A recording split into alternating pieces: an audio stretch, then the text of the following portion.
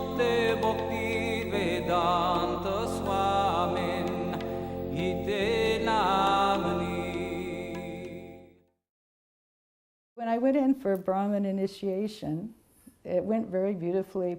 I thought I'd never understand this finger thing, and it was so clear when Prabhupada explained it. And I remember I didn't have anything to offer Prabhupada, and Leela Shakti was in front of me, and she had many roses, so she gave me one yellow rose to give to Prabhupada. And then when it was finished, I really felt overwhelmed how kind Srila Prabhupada was. So I said, Srila Prabhupada, you're very kind. And his face just lit up. I could not look at him with all that brilliance, really, and I kind of just bowed my head. And then when I raised my head back up, I saw kind of like a cloud.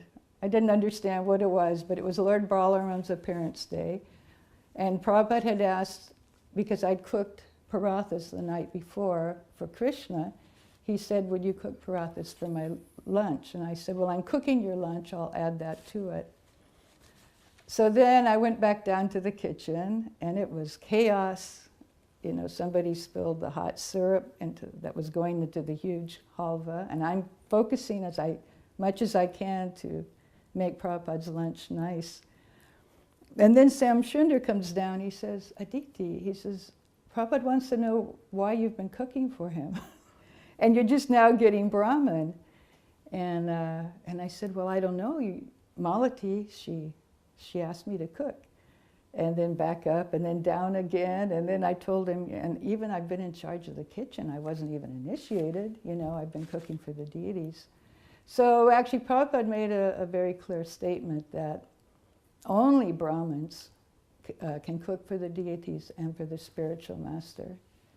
And so it was you know, in the meantime, it's Lord Balaram's appearance day. There's thunder and lightning outside, and it was like very, very heavy in a way, but very, you know, instructive also. So it was at the La Cienega Temple, early January, February. And Vishnu John, he wasn't a Swami yet, he was a brahmachari, and Srimati and Kausalya, they made rod puppets.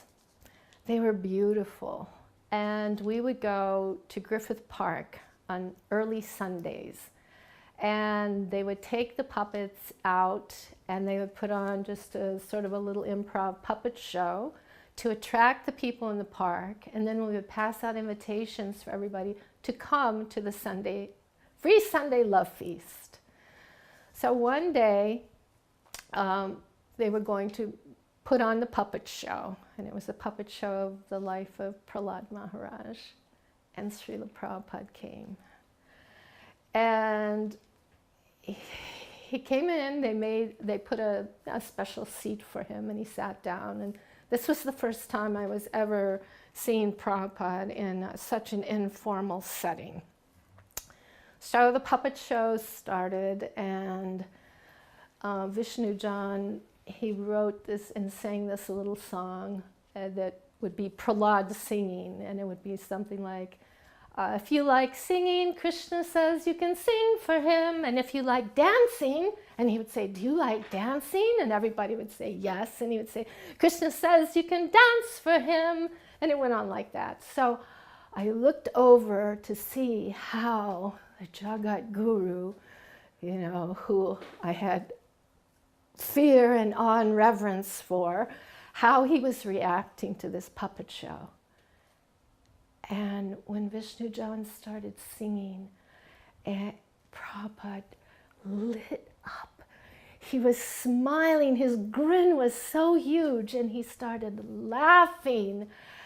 And I saw that there was this side where Srila Prabhupada had this innocence and this childlike quality that he could enjoy just like the regular people, even though it wasn't in the way that we enjoyed, but it just touched my heart to see him laughing and enjoying this puppet show.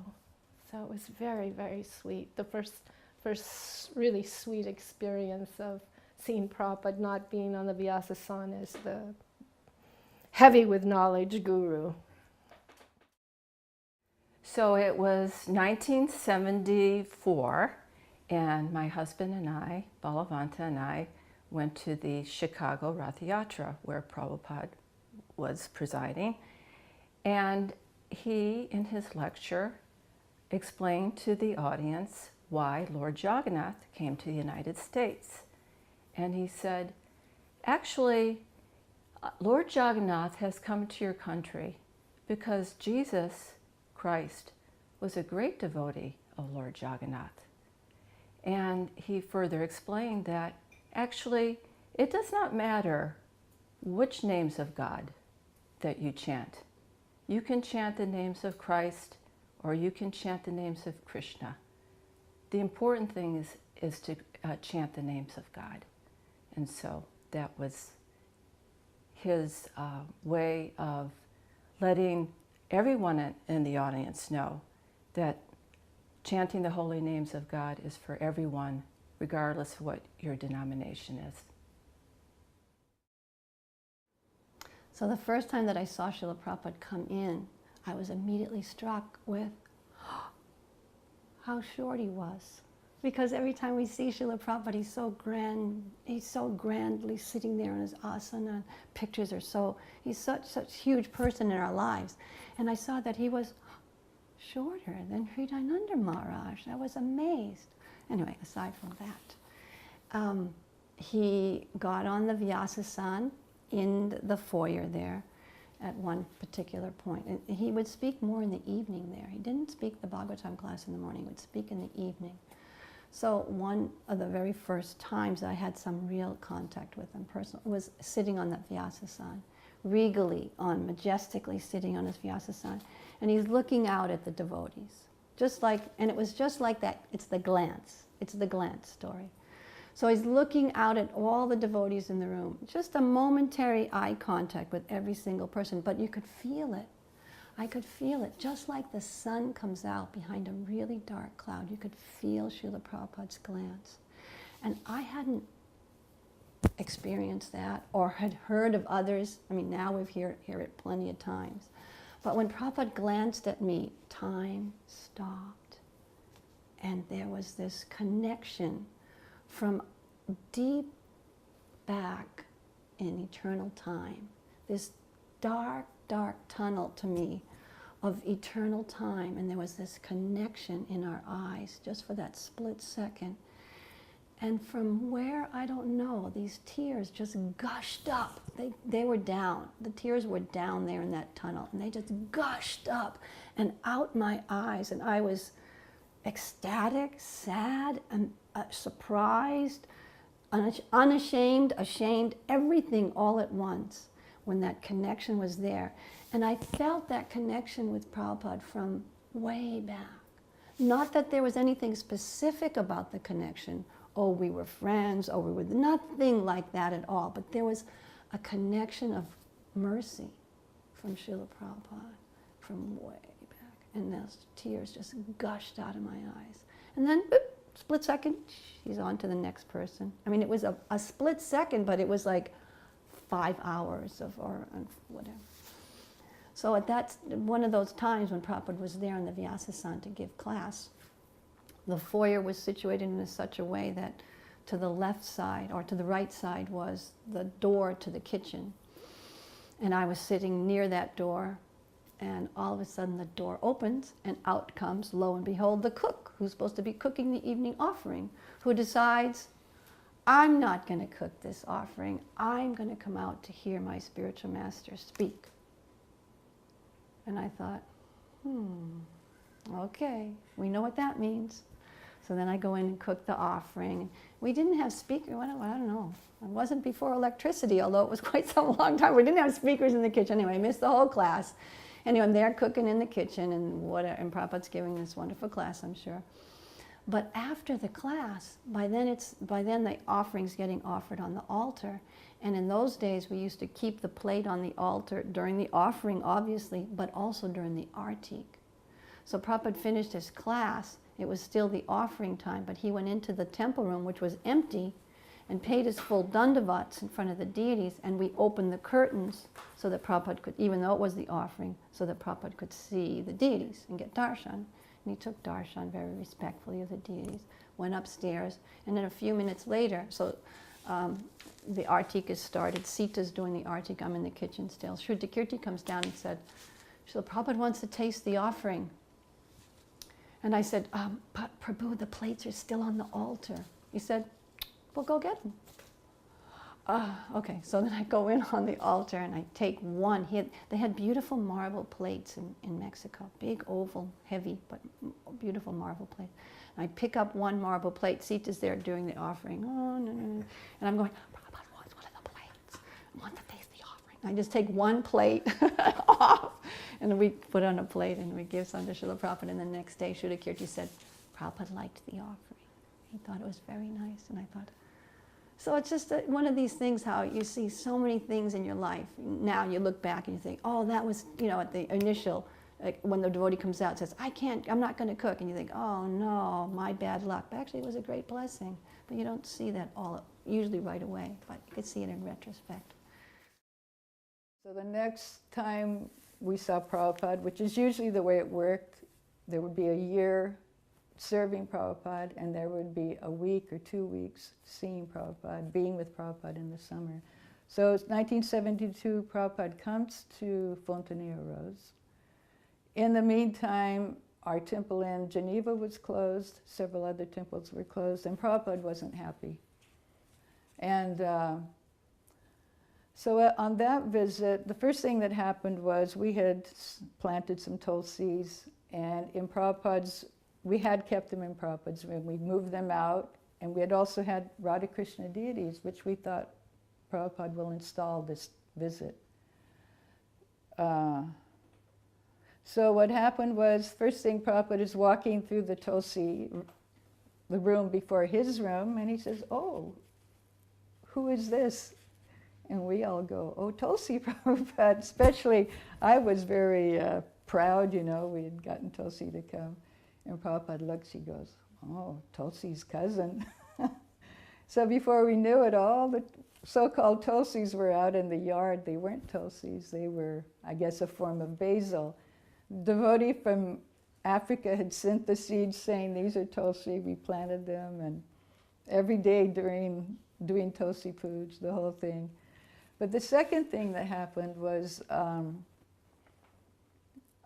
Prabhupada was upset about this temple being closed, and I was feeling somewhat responsible.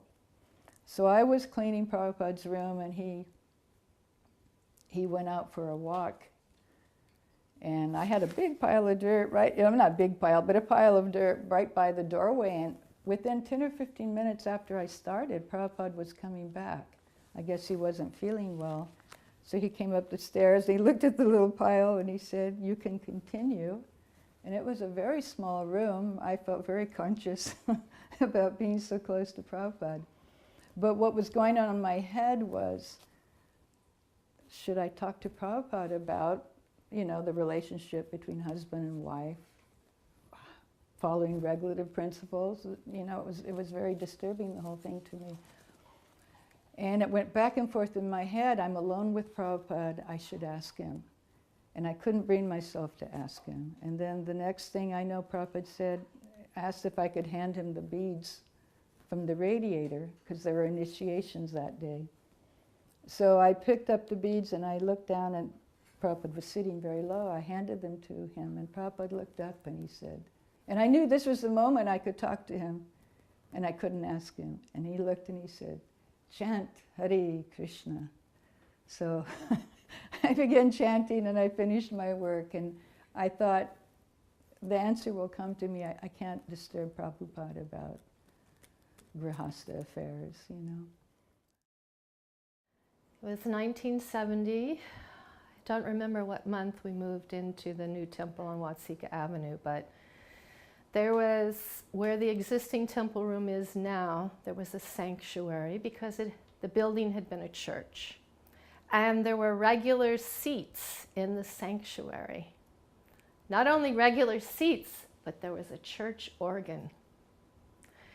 So Srila Prabhupada really liked that there were these seats, especially for guests who would come on Sundays to the feast. And there were beautiful stained glass windows. And one day, Vishnu John, still not a Swami, after the Sunday feast, and everybody would be so intoxicated, and we were sitting in the chairs, he or somebody would speak, then he got up and he sat down at the organ and he began to play, and we had a kirtan. Well, we were into the kirtan, and you know, Srila Prabhupada's quarters are upstairs in the back, and there's a stairwell, and it comes down, and there's a door, which always from the inside was locked. And all of a sudden, the door opened up, and Srila Prabhupada was standing there. And he came out like this. He put his arms up, and he began to dance. And he motioned to all of us to stand up and dance. We all stood up on the seats of those chairs. And Prabhupada was just, he was just beaming, and he was singing, and he was dancing, and everybody went completely wild. I mean, totally wild. And Vishnu John was just playing on that organ. And you know how loud the pipes of an organ can be. It was the most ecstatic kirtan. And I had never seen Srila Prabhupada dance before. And it was like he was floating. His feet weren't on the ground. And I know devotees have said that at Rath Yatra, the year when he was dancing at Rath Yatra, it was the same thing. He was Vaikuntha man. He just absolutely was, he just picked us all up, and we became absorbed in the ecstasy of Prabhupada, what he was feeling. It just transmitted through every single one of us into our hearts, and we just were out of our bodies. Prabhupada transformed us like that. It was beautiful, really beautiful. Being in the darshan with Srila Prabhupada, and one in particular, evening darshan, some Indian guests had come, and there was some chit-chat, and one of the ladies gave Prabhupada a little trinket kind of bracelet. It was just kind of string, but with some flowers, real flowers on it. And it was a particular day when sisters give to their brothers something like that, as I think to increase their longevity and as a sign of love. So this family gave that to Prabhupada, and he put it on, he wore it. But, and at the same time, you know, Prabhupada would turn the conversation from chit-chat, he would turn it to Krishna consciousness and the importance of taking seriously, especially they being Indians. It's their responsibility to spread Krishna consciousness. So it was my service to clean Prabhupada's room. So the next day when Prabhupada was on his walk, I noticed this little bracelet.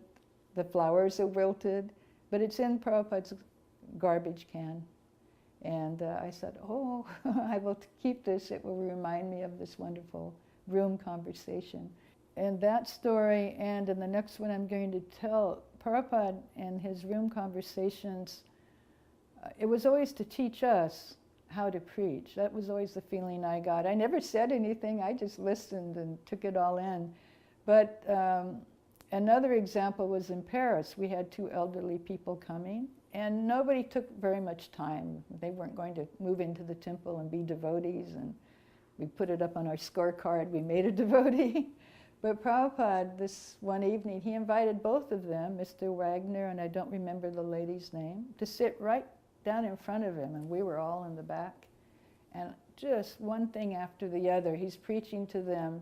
Now they're at the last stage of their life. Now is the time to become Krishna conscious.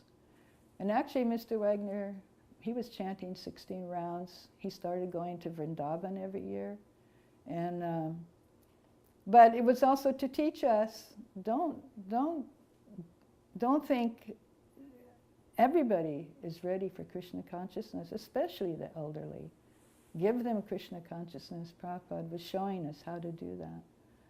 So that was very nice. It's 1971, the year I was initiated, and my husband and I went to Boston from Atlanta for my initiation, and Prabhupada was there. And before the initiation, he had a class with all the devotees present, and he asked, "What are the 10 offenses?" So Jadurani raised her hand, and she said, "Well, Prabhupada, the first offense is to not blaspheme the pure devotee of the Lord." And Prabhupada checked her and said, "No." He said, "Any devotee who is sincerely chanting the holy names and trying to spread the holy names," he said, "they should not be criticized in any way." So then there, in relation to this, Prabhupada said, when one devotee asked, "Well, Prabhupada, how can we repay you?" And Prabhupada said, "Actually, the disciple cannot repay the spiritual master." He said, "But if you want to try to repay the spiritual master," he said, "you can do that by preaching." And then he explained how there's 4 ways of preaching. One can preach by his life, one can preach by example, and one can preach with his words or with money. So my understanding was that any devotee who is sincerely preaching in whatever the capacity they're wanting to preach and spread Lord Chaitanya's Sankirtan movement, there should be no criticism. And actually the Vaishnava, he avoids any kind of criticism, but especially to criticize another Vaishnava is very much to be avoided. And so Prabhupada really wanted to illustrate that point, that we don't, not only do we not blaspheme the pure devotee, but any devotee who's sincerely trying to preach Lord Chaitanya's movement and spread the holy names should not be criticized. I'm not sure if it was 1973 or 74. It was in the old temple room. I don't remember what year it was changed over to the new one. The Vaikuntha players, a few of them came to Los Angeles. So it must have been 73. And they were doing dance dramas. So they choreographed the story of the killing of Pralambasura. And it was decided that there would be a private viewing only for Srila Prabhupada in the temple room. And because I had my young daughters, I couldn't participate in that aspect, so they invited me to be the music and play the mridanga, to be the musical accompaniment. So we gathered in the temple room, and Prajapati, he did the narration, reading from Prabhupada's Krishna book. Prabhupada sat on the Vyasasana, and I sat right down on the floor at the bottom of Prabhupada's Vyasasana with the mridanga. And as Prajapati began to narrate the pastime of the killing of Pralambasura, the dancers then were playing the parts of the cowherds boys and Balaram. And I think when the time came, I don't remember if it was Prajapati or who it was Pralambasura, but and I would sneak up looks at Srila Prabhupada in between while I was singing Govinda Jaya Jaya and different short bhajans in between when they would just do pure dance. And I would look up at him.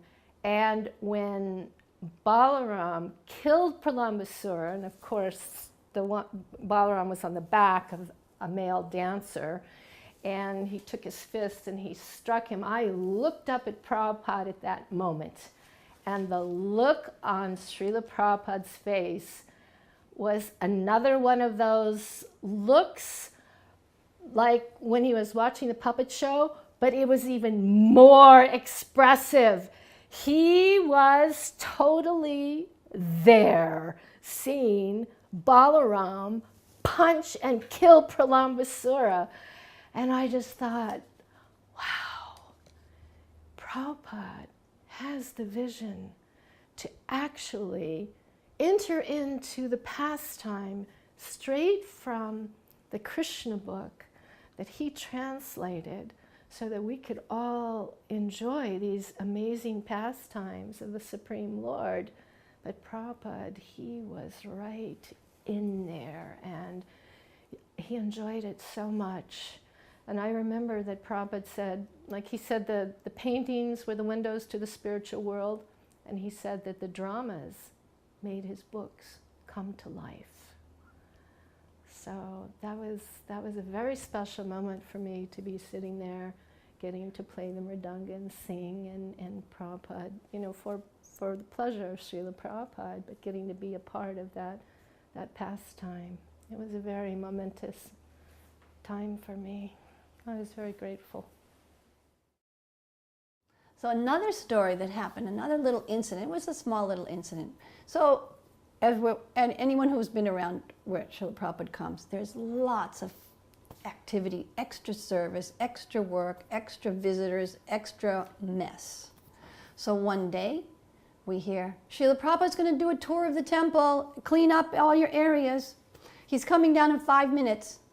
5 minutes. 5 minutes, what to do? So it seems to me, my experience at all the temples that I've been, that it's an age-old Hare Krishna practice, that anybody who makes a garland for Srila Prabhupada goes to the flower bucket and picks off the flowers that they want and leaves the stems and the half-picked flowers in the bucket. So you've got buckets of half-picked flowers and so many things.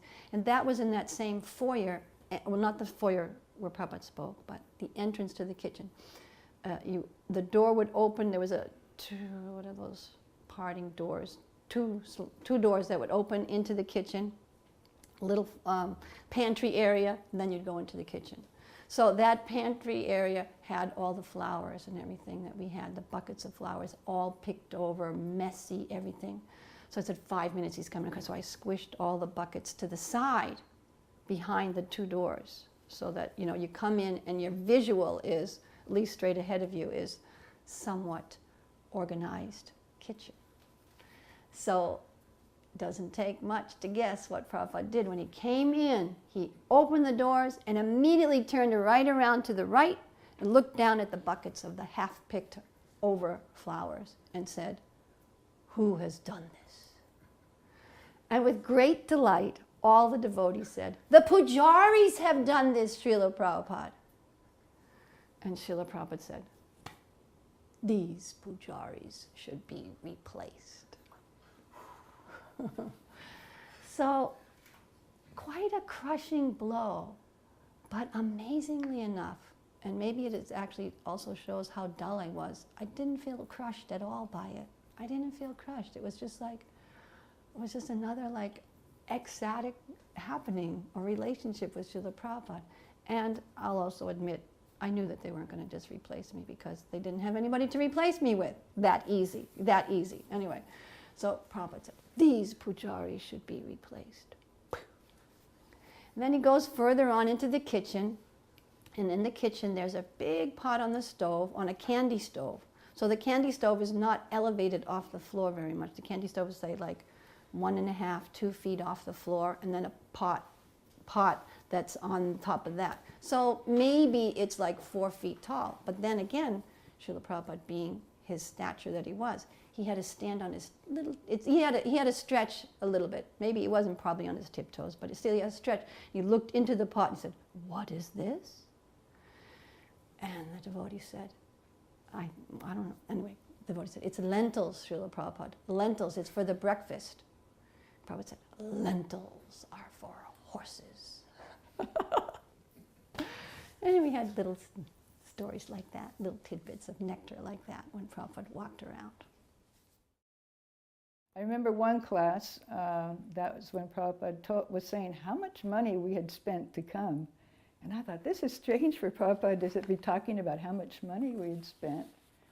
And he calculated how many we were and how much it cost. I think he came up with $200,000 we had spent to come to Vrindavan. And then he said, this is very good use of money because you have come to Vrindavan, and whatever you do in Vrindavan, that is multiplied 1,000 times. So this was Kartik of 1972 in Vrindavan. And my husband and I at that time, we took our twin daughters who were 14 months old to India. And we were going to stay and live in India. He was going to do spiritual sky import business with Manibandha in Calcutta. But first we went to Vrindavan because Srila Prabhupada was there. So we arrived, and another devotee came with us. His name was Haridas. He's deceased now. So we got there, and the devotees took us in to, Prabhupada was staying at Radha Damodar, and they took us in, and Prabhupada said, oh, so Krishna has brought you here. And I thought, wow, I never thought like that. Krishna actually brought us here to Vrindavan. And he said, have you taken prasadam? I said, no, no, Prabhupada. And he said, you're following Ekadasi? I said, no, Srila Prabhupada, I'm sorry, I forgot. I said, the devotees from London, they had given us some bread, and when we were standing in the line to get permission to come into the country, I said, my children were hungry, and I gave them some, and I forgot, and I ate some also. I said, I'm so sorry. And Prabhupada said, Shruti Kirti, give them some sweets. Where I thought that, oh my God, he's going to say I'm going to hell. I've committed the most abominable sin imaginable. But he just totally just dismissed it and said to his servant, give them some sweets, like that.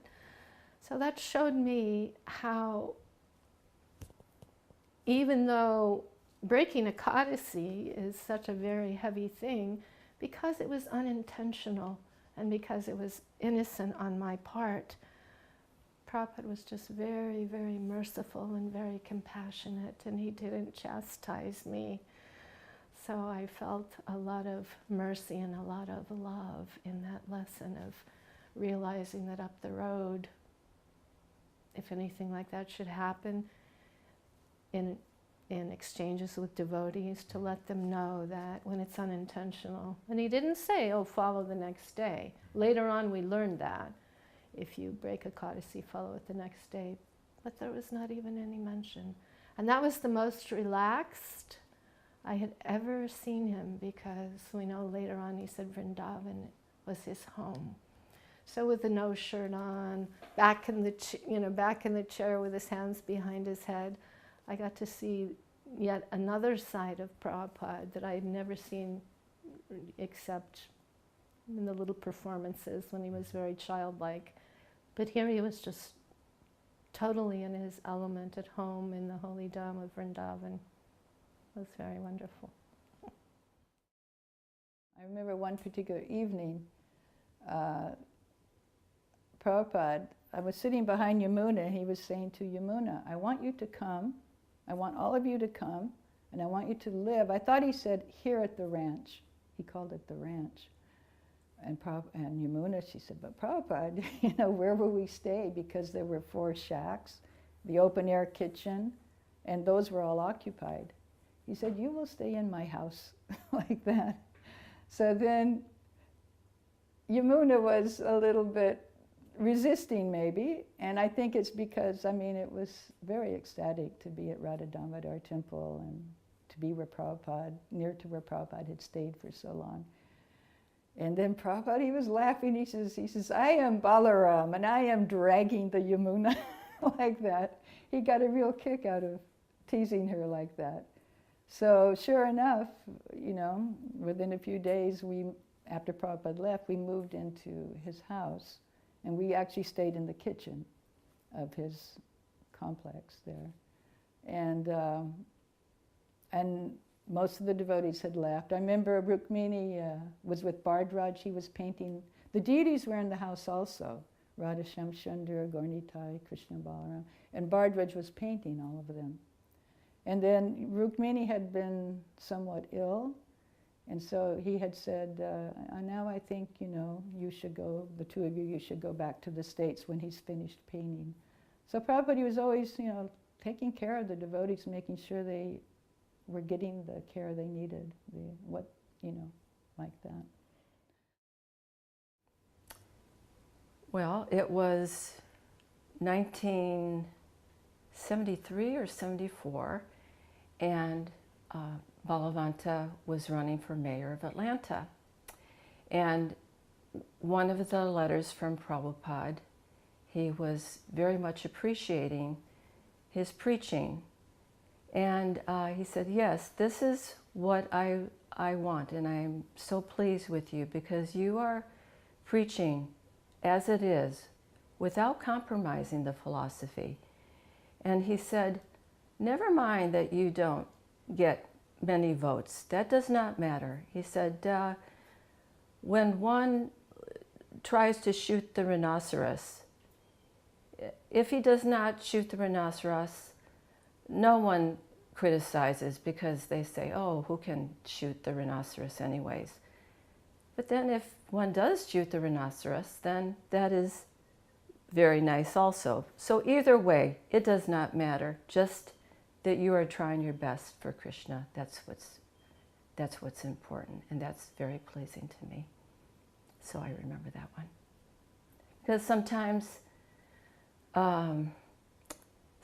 I feel like, oh, I'm not doing so much to help Prabhupada. But then when I think of that instruction, that just so long as I'm trying my best, that Prabhupada's pleased, and that's all that matters. And he appreciates it. That's what counts. Maybe no one else appreciates, but Prabhupada appreciates. That's the important thing. So after we ended up living in Calcutta, it became end of 72, then beginning of 73. Things were a little challenging, and I had this intense desire to want to go to Mayapur because I had the name Chaitanya Dasi, so I wanted to go to where Chaitanya Mahaprabhu appeared. So we heard a rumor that Garga Muni had vacated the hut he had built for himself there. And it actually had one electrical outlet and one light bulb. So I begged and pleaded, please, please, let's go to Mayapur. So we took the train and we went to Mayapur, and we moved into the little hut with a mud floor. And there were just 5 devotees living there then, 5 brahmacharis. Was Jayapataka Swami in 1973? I don't remember. Anyway, he was plowing the fields, and after some time, it was brought to our attention that the men weren't happy having a grihasta couple living there. So we were told that Prabhupada wanted to speak with my husband. Well, in Calcutta. He refused. So he said, you go. I'll take care of the girls. You go. So Smarahari took care of the couple of cows that were there, and we went to Calcutta. So I got there, and they said, what are you doing here? I said, well, Prabhupada wants to speak to us. Not you, your husband. Go back. I said, no. I came all the way here. At least I'm going to stay a couple days. So I got to go on a couple of programs. Prabhupada spoke at the Lions Club, and I don't remember anything that he said, but I was allowed to bring him his glass of water like that. So then went back to Mayapur, told my then husband, Prabhupada wants to speak to you. We have to go. So we went. He finally relented. And when we got there, Prabhupada's room was his office, in Calcutta. It's still there. We went in, and in there were 3 sannyasi godbrothers also sitting down. So we sat down, and Prabhupada began asking what we were doing and what was the problem. And mainly, the men didn't want to give any of the milk from the cows extra because having 2 children. So the complaint was that we didn't really have an income. And so Prabhupada began kind of a back and forth discussion. Well, he could learn to make coal, mridanga, like in Navadvip. And that way then he could make the mridangas and they could be shipped to other temples, and he could get some kind of income. So then the one godbrother, sannyasi godbrother, said, "Nah, Prabhupada, nah, that wouldn't work, not possible." He said, "They should go back to America." I said, "But we came on a one-way ticket, and how could we go?" He said, "You just go to the government, you get repatriated, you give them your passport." I said, "Well, what does that mean?" He said, "It means you can never come back to India." So Prabhupada was sitting there, very, very thoughtfully. I looked at him thinking, okay, please get us out of this mess. What are we going to do? So then Prabhupada, I remember this was early 73, he said, actually, he said, Mayapur is meant for sannyasis, brahmacharis, and vanaprasthas. Householders are meant to support the temple, not be supported by the temple. Therefore, you should become independent, completely independent of the temples. And that was it. And then we got up and walked out of the room. I thought, we've been kicked out of ISKCON. I didn't know what to think. Where are we going to stay? How are we going to live? Anyway, it took a while to understand that Prabhupada was setting a precedent that householders should not journey off to India on a one-way ticket with young children and think that any temple is going to provide for them. So it was very, very heavy, but I was able to process it and understand the lesson that Srila Prabhupada was giving. Vrindavan, 1974, after the festival, were just a few devotees. Vanmalini and Pranav, they're Bengali disciples of Srila Prabhupada, both in their 50s. Maybe Pranav might even be in his 60s. And the few mornings that Prabhupada was there, she would offer herself Guru Puj to Prabhupada, singing and smiling, and Prabhupada would be smiling. They were both so happy. And then Prabhupada, when we'd be walking or whatever, Prabhupada would tease Pranav, "Oh, Pranav, you can't take sannyas. You should take sannyas, but you're too attached to your wife's cooking."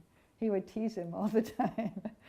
And then at one point, it was May 19th, Prabhupada was coming back from somewhere, wherever he'd been. There'd been a month or two he wasn't there since the spring festival. And it just happened that that was Yamuna's birthday. So Yamuna was in ecstasy. So all day long we waited and we waited and we waited. Tejas was supposed to bring him from Delhi. And finally, Madeira and Yamuna started a kirtan. We were just 5 or 6 devotees in the room, and they really got into chanting, and their eyes were closed. And I've got my eyes open looking to see if there are any lights, because it was dark now. And there were no cars on the road. You didn't see a car then. And finally I saw the lights, and I saw the lights turn off the main road down to the little side road to come to Prabhupada's house. And I was trying to tell them, but their eyes were closed. There was kirtan. Nobody paid any attention to me, and I didn't know what to do. I didn't know how to greet Prabhupada. And before I knew it, the door opened, and there was Prabhupada with this huge smile on his face. He was so happy that they were involved in kirtan. And And he just like, you know, they kind of were so surprised to see Prabhupada there. And with Prabhupada came his first disciple, who was a Sanskrit scholar. Somebody knows his name, I don't know his name. And I think his wife and Tejas, who had driven down. And it was already 9 o'clock at night, something like that. So Prabhupada sat down in his chair and he was very happy. And he said, now I want full prasad, he said, for myself and for my guest. So, and he wanted it in 45 minutes. And I thought, 45 minutes, you know, that's impossible. But Madhura and I helped Yamuna and Van Malini. We were the vegetable cutters. And with the pressure cooker, help. You know, there was full prasad, dal, rice, sabji, chapatis, the whole thing for Prabhupada and his guests. And yeah, Prabhupada was very pleased with how they had done that. And I don't know if it was during this time, but at one point, Yamuna didn't understand that I had seen Prabhupada all these other times. When she left London, Prabhupada hadn't come. So at some point, Yamuna says, oh, Aditi, I'm going to take you in and introduce you to Prabhupada. And I kind of said, well, you know, I felt a little funny. So we go in, and Prabhupada's at his table, and I'm sitting down at the table, and oh, she says, Prabhupada, this is Aditi. And Prabhupada looks real puzzled. He says, France, or he said Europe. He knew me, you know, like kind of wondering why, you know, Yamuna's doing that. Anyway, there was a little bit of discussion, and then we left. But another really nice thing, and I don't remember exactly when this happened, but I brought a tape recorder from France. So someone had arranged that I could go in and talk with Prabhupada. And I think this devotee from South India also went in. And I didn't realize it. I mean, you have to be a special person to know how to talk with Prabhupada. When I got in there, I didn't have a word to say. I didn't have a question to ask. And that devotee didn't either. It wasn't like Yogeshwar was there and he could make conversation and questions. So my tape recorder's going round and round, and Prabhupada, the curtains are drawn because it's hot, you know, and Prabhupada's sitting in his chair and looking around, just waiting for us to say something. And I didn't know what to say, you know. And I was getting to be very uncomfortable. And then all at once I heard this, Hare Krishna, Krishna Krishna, Hare Hare. And I saw Prabhupada's face light up, and I turned around, and there was Krishna Das Babaji, Prabhupada's godbrother. And I think maybe also Muni Maharaj, the one he took sannyas with. And they were just in their, like little loincloths. And they just bubbled into the room chanting Hare Krishna. And then Prabhupada's face lit up. They offered obeisances to each other. And then Prabhupada started to tell them about how many books were being distributed. And it's funny because I don't know whether it was in English or Bengali or Hindi. I understood what Prabhupada was saying, but it might have been because it was numbers, you know, so many lakhs. But since then I've heard that Krishnadas Babaji did speak English. I used to see him sometimes at Imli Tala. He was the beloved of all the Gaudiya Vaishnavas, wherever he went. Like he would lead evening kirtan at Imli Tala. And after he'd finish, all the widows, you know, the little ladies would just loved him, you know, and everybody, wherever he went, you know, he was very much, he was really a Babaji and just chanting all the time. Sometimes he'd be out near Nandagram, sometimes he'd be in Vrindavan, but it was so sweet to see how he and how happy they made Prabhupada. Here was Prabhupada so heavy and serious, and then when he saw them, I thought, this is how nice it is to become elderly in Krishna consciousness, just chanting Hare Krishna and having devotee association. And it was very special. I don't know whatever happened to that tape, you know, but it was really a sweet moment to see Prabhupada interact with his godbrothers like that. So loving towards each other like that.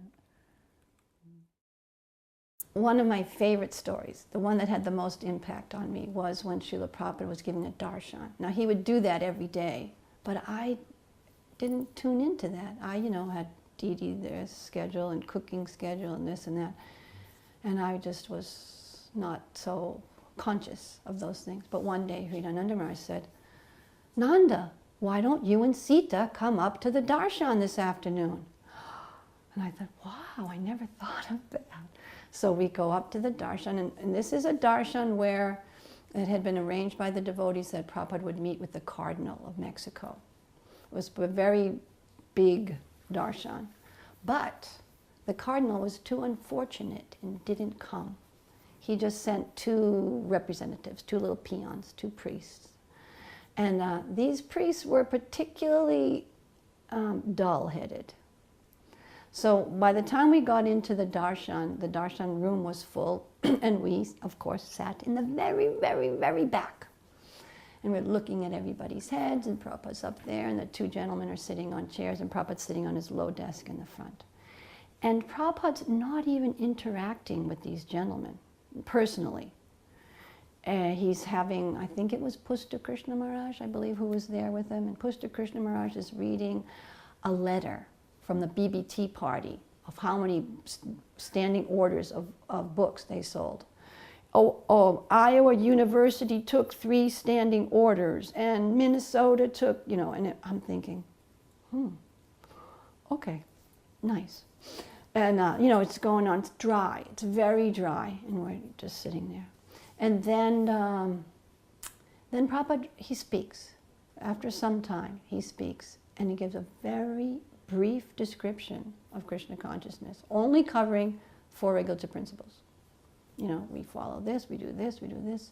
And when he got to no meat eating, he made a comment, and this bullfighting, it must be stopped. Now, by that time, I probably had been in Mexico for 6 months, 8 months, maybe a year. I'm a little foggy on details, but for quite some time, I had no clue they had bullfighting in Mexico. I just thought it was only in Spain. Anyway, so Prabhupada had been there 1 day, 2 days, and he said, this bullfighting is very sinful, and you must stop it. And then he just briefly touched on the point there, and then went on to another point, and he mentioned how Jesus Christ is our guru. You can give us your churches. We can preach from the Bible about Krishna consciousness because we accept Christ as our guru, this and that. And then the men, they asked their questions to Prabhupada. They kind of got fidgety. Very quickly they got fidgety. And they asked questions, and Prabhupada, and they said, the first question was, are there any young people in your movement? And Prabhupada, look in front of you. Look in front of you. They're all young people. Oh, maybe they hadn't noticed, whatever. And then he had one lady, Lakshmi Priya, I believe her name was, a Mexican-bodied girl who lived in Los Angeles. He had her speak. Tell them about Los Angeles. How it's a big church, and how it was empty, and now it's full of devotees, this, that. And then they looked at their watch and said, oh, thank you, sir, or thank you, but we have to go now. We have another engagement, and thank you for your time. If we have any questions, can we come and ask you? Prabhupada again gestured to all his devotees there. If you are very sincere, you can talk with me, but you can speak with them if you have any questions. And they said again, thank you, and they got up and left the room. But it felt like, so they got up, left the room, and it felt like that the man must have still had his hand on the door handle, but on the outside of the door, shutting the door, because the door just clicked. And Prabhupada broke into a big smile and a big laugh. He said, oh, not a big laugh, but a chuckled. He chuckled. These are not true Christians. He said, did you notice? As soon as I said they had to stop their bullfighting, they left. And I hadn't put 2 and 2 together, but for sure it was just like that. As soon as he mentioned that, a couple more things, and then they left. So then it got very sweet and very warm and very interesting. So at that time in South America, what had happened was Hanuman he was at least my first experience of a sannyasi who left that order and took Grihastha ashram. So that was like major at the time. And because he had been in Argentina preaching, and that's where Sita and Jagajivan had been, and so Sita and Jagajivan were my friends, and then he had trouble with them, therefore I immediately, just like it said in Prahlad's story, friends and enemies. I just immediately identified with my friends, and this person is not my friend because he's not friends with my friends. Anyway, so I had an attitude, I admit. And so he says, Prabhupada, should we put a picture of Jesus Christ on our altar? You said he was our guru. Should we put a picture of Jesus Christ on our altar and worship him? Prabhupada said, I have not said that. I have not said that. And then he asked another question.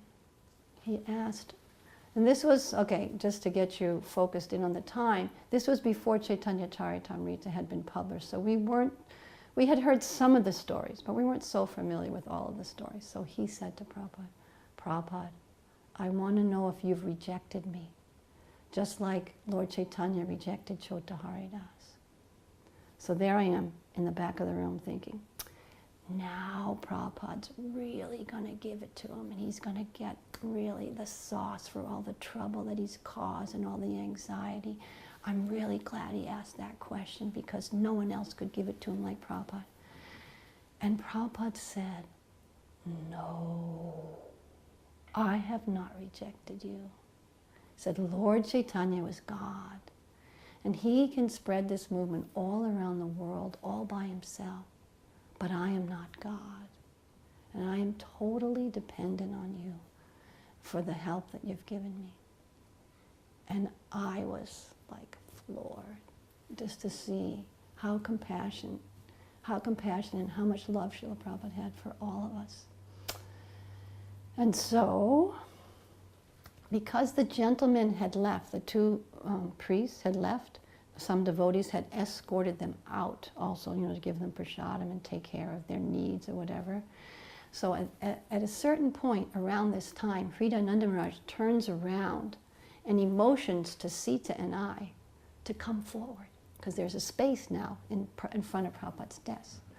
So we grabbed that opportunity and came forward, and we sat right at the corner of Srila Prabhupada's desk. And he continues to talk about Jesus Christ and Christianity. And so Sita, she had a question for Prabhupada, and she said, because Prabhupada made the point how Jesus Christ couldn't save his followers. He couldn't save his followers because his followers were so degraded.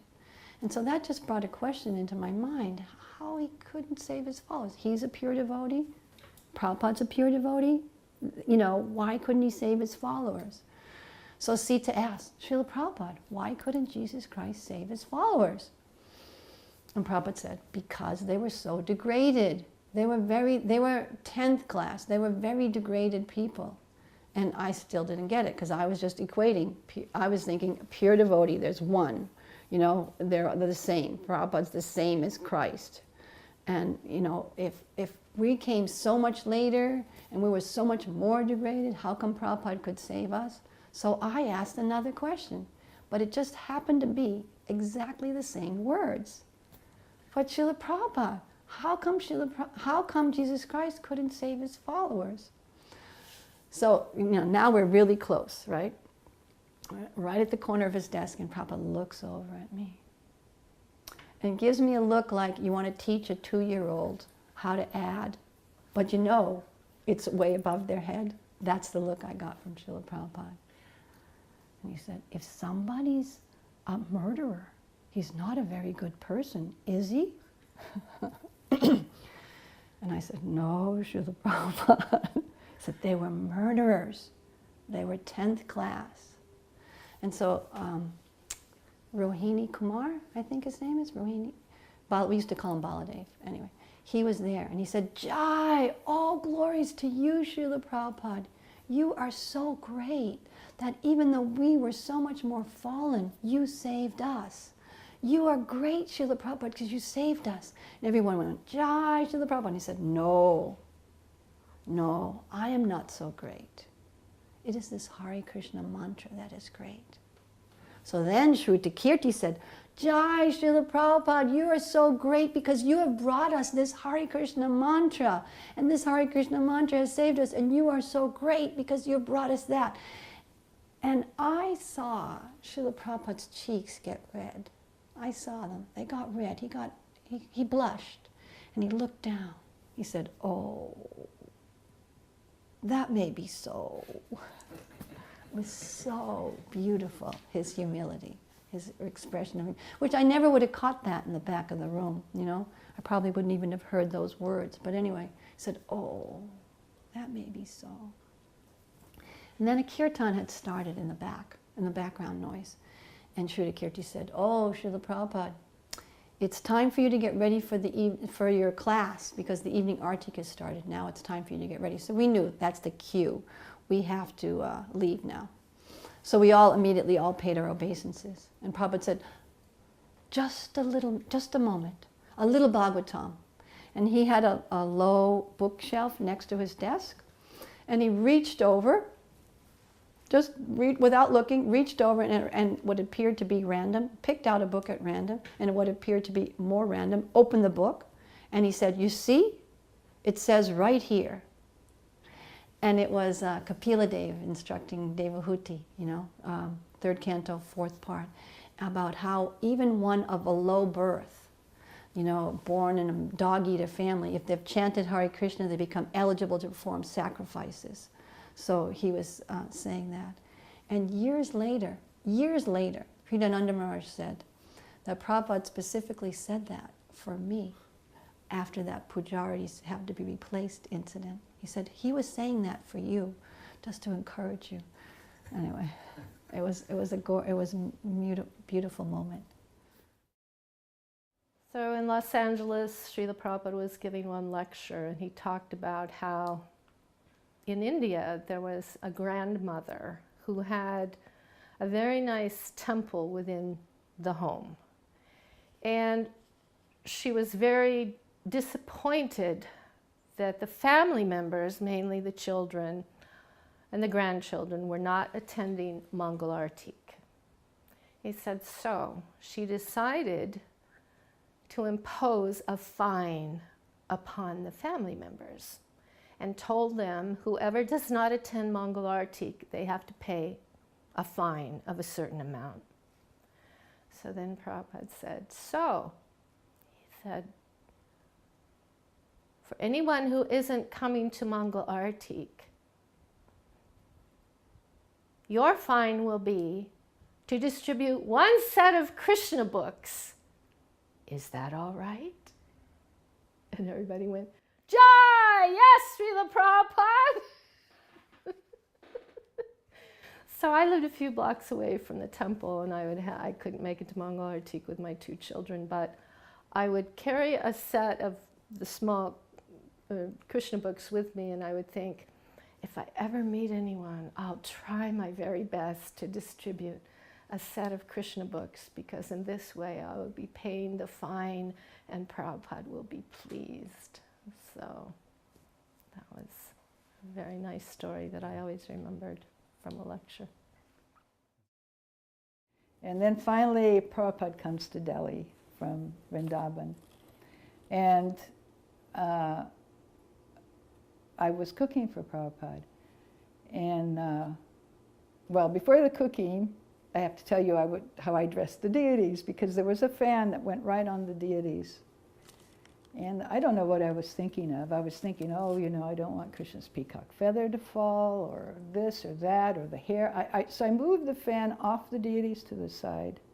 And Prabhupada came like 10 o'clock in the morning. He offered his obeisances, and he walked through the temple room, by the kitchen, the courtyard, and then his room was there. So then I cooked for Prabhupada, and I was really like so conscious. You know when you're doing right, you know when you're really conscious of what you're doing. And I think it was Shruti Kirti, he came back, he says, oh, Prabhupada says the rice isn't cooked. And I thought, no, that's not possible, you know. I mean, I knew I did it exactly right, but, you know, well. So then he came back to get another chapati. And then he says, oh, Prabhupada just hasn't had good quality rice in a long time. In Vrindavan, he had very poor quality. So this is very nice quality. It's very good, he said. So anyway, Prabhupada, you know, I knew it was good, and Prabhupada appreciated the prasadam. But that evening I did Artik. And before I was doing Artik, I'd look and I'd see Prabhupada in his room, and he had his glasses on, and he had his books, and there was always a special absorption, I guess, a special mood when Prabhupada would be reading the scriptures. And then I finished Arctic, I was washing the Arctic thing, and I see Prabhupada pass by. And we had a little tiny dinky Vyasasana. I mean, I didn't think Prabhupada would ever sit on it, but Prabhupada sat down on it. And so I finished what I was doing, and we were 6 or 8 devotees, not a lot. And the first thing Prabhupada says is, Krishna is feeling hot. And I thought, oh my God, how does Prabhupada know, you know? He said something about the fan isn't cooling or something. And so he gave a whole lecture on Krishna, the deity, is Krishna himself. And as soon as I could, I put the fan back on Krishna. And I realized, you know, Krishna is personally present with Prabhupada and speaks with him and tells him things. And, you know, it was a real eye-opener for me.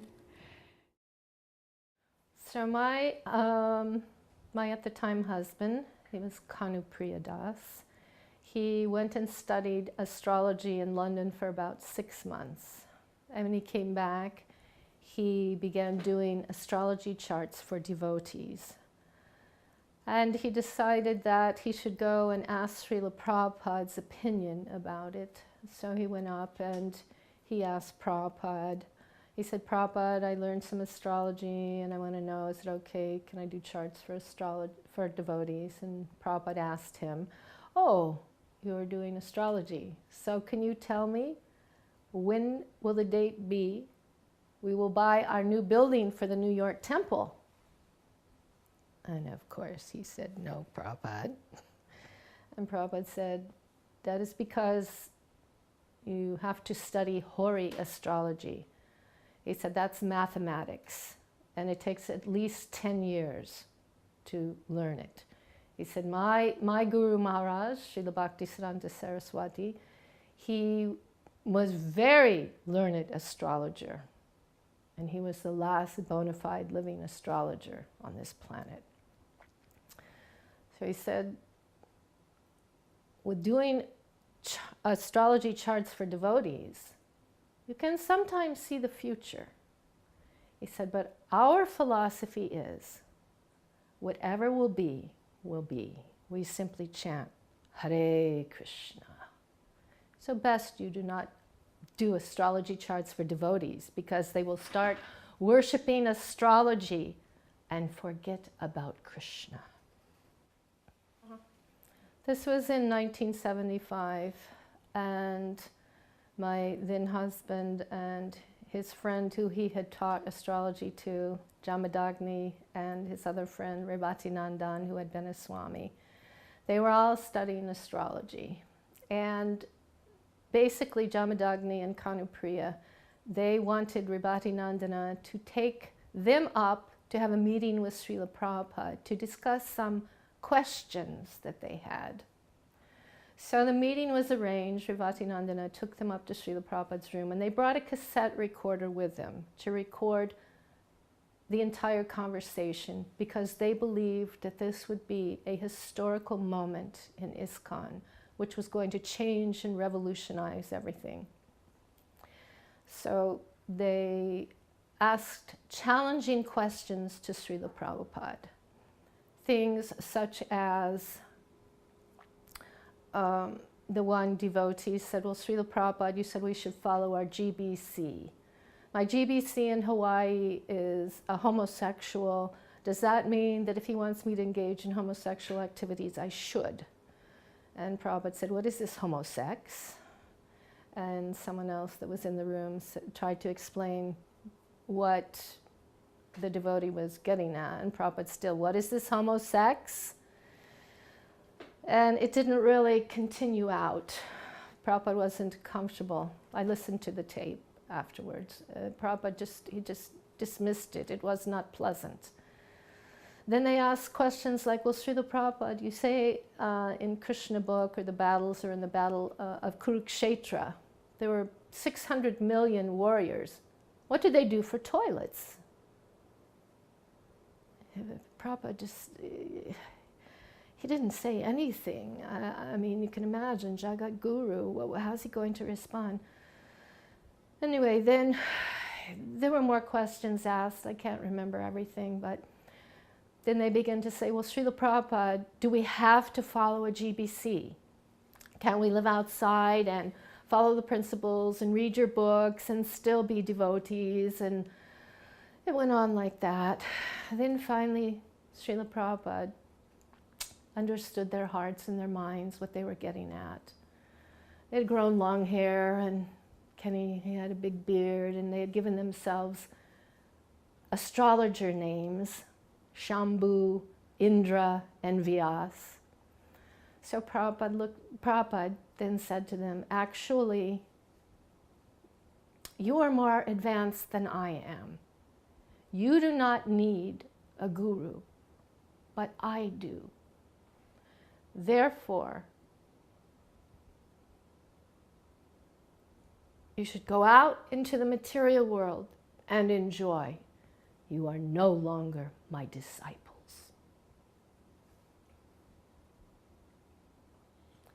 And they were right. It was a historical moment.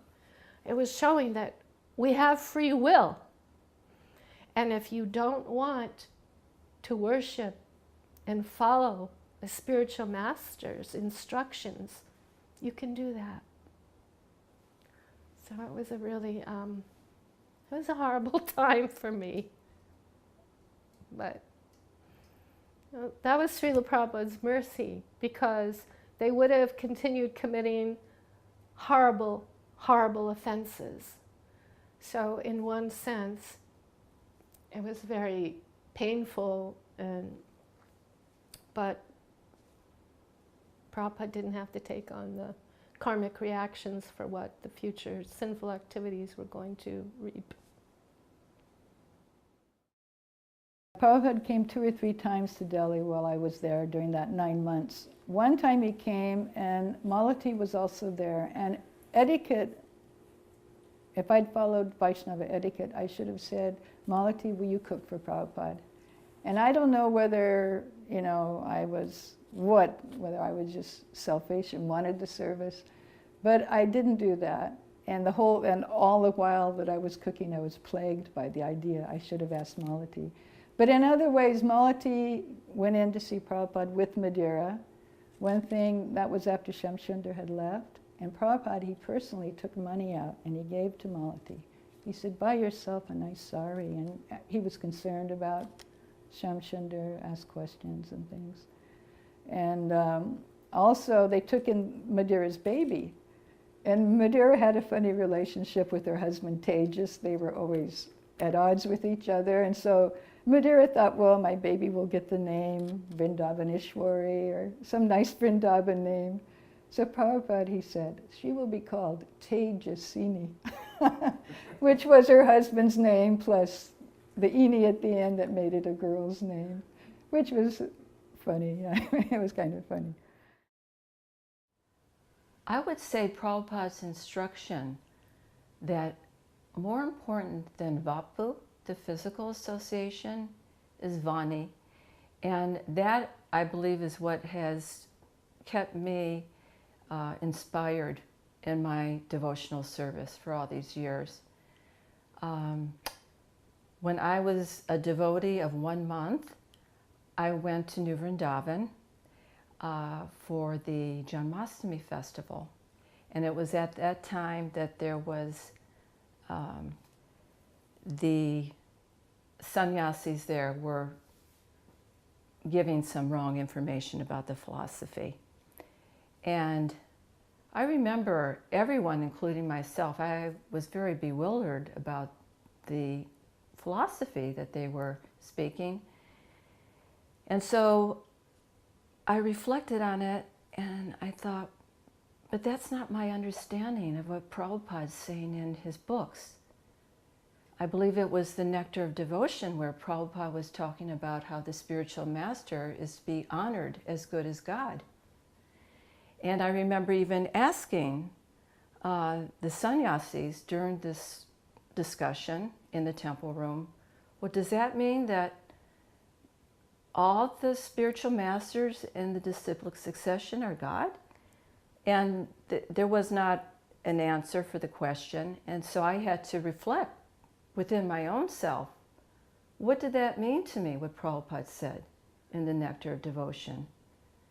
So I came to the conclusion that no, the spiritual master, the pure devotee, is to be honored as good as God, because in quality he's as good as God, but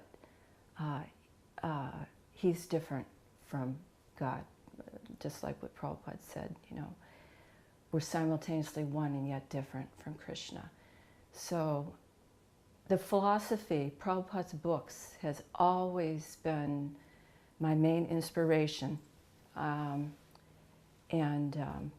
That and praying to Prabhupada for guidance, because sometimes there's so many different things that are said or done that can lead one to be confused. But Prabhupada has said, I'm always with you. I'm always with you in my teachings and in prayer. I'm always with you. So if we sometimes feel confused by different things that are said or done, we can always go to Prabhupada's books or pray to Prabhupada for clarity. And so that's been my inspiration. So the quality, or the qualities that most strike me about Srila Prabhupada, it's not just one that stands out, but particularly his purity, his strength of character, and his determination. But his determination to spread Krishna consciousness all around the world, but his determination to save us. You know, hone in on each one of us. He never gave up on us. We were so incompetent in so many ways, and we demonstrated it innumerable times in front of him.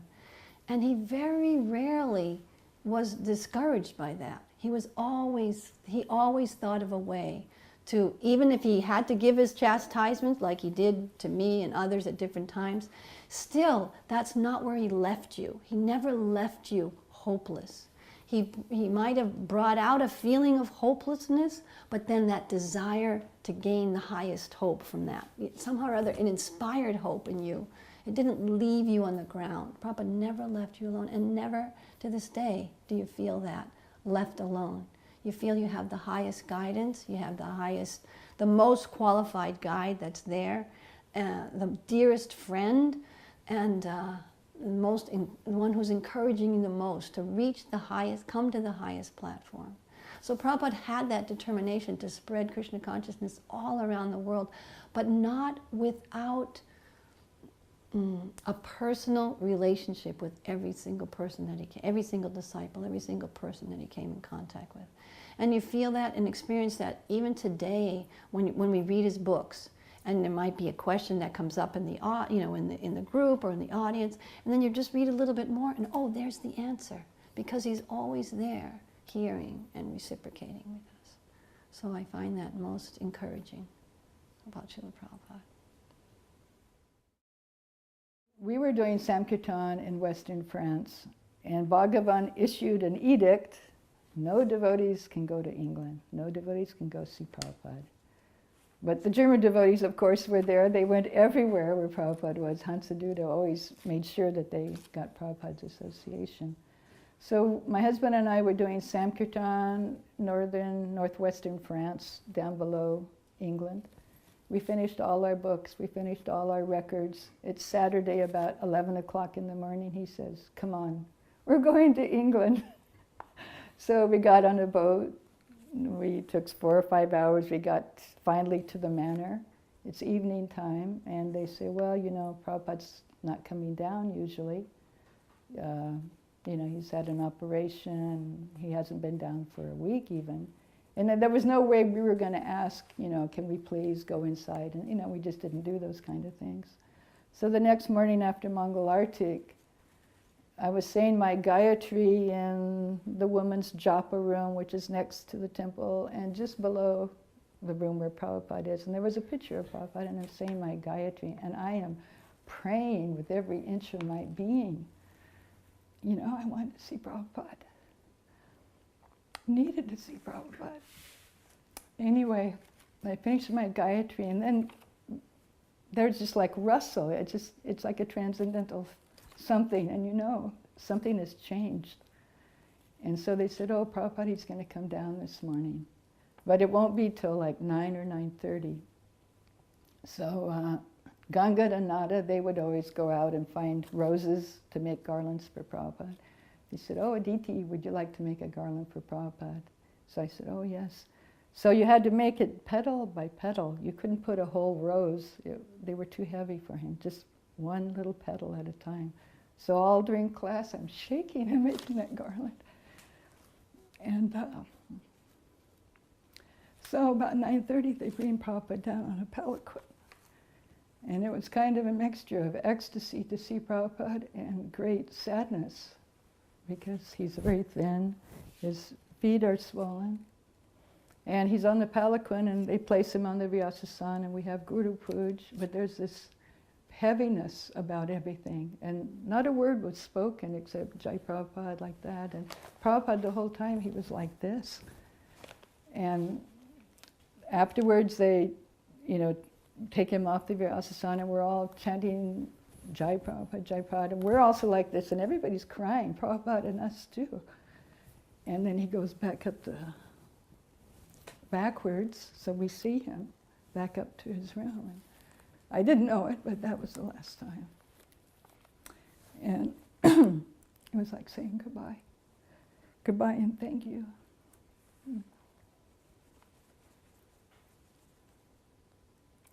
Oh, but Prabhupada isn't limited to his physical body, and that's, thank goodness, because Prabhupada, I see he's in his books, and I see his instruction in his books were never different than what he said in his darshans or his classes. And he also comes in dreams. And I heard once that a devotee once in New Vrindavan, Prabhupada was there, and she said, oh, Prabhupada, I had a dream about you. And he said, when I'm here, you take instruction from me directly, but once I have left, then I can come to you in dreams. So I had one wonderful dream. I've had many dreams, but one in particular that was really wonderful was when I was thinking again, there isn't a temple in Geneva. I should try to do something in Geneva. And so I went, just trusting that things would work out. And at one point, I was visiting these devotees on the top of this mountain that we climbed to get there. And in the dream, I must have been reading Shruti Kirti's book about slipping shoes on Prabhupada's feet. So in the dream, I'm in front of a huge Vyasasana, and I don't see Prabhupada, but I just see his feet. And I slip on one slipper, and then all at once Prabhupada leans over and he looks at me, and I look up and he said, will you please buy me some nice socks? And I said, yes, Prabhupada.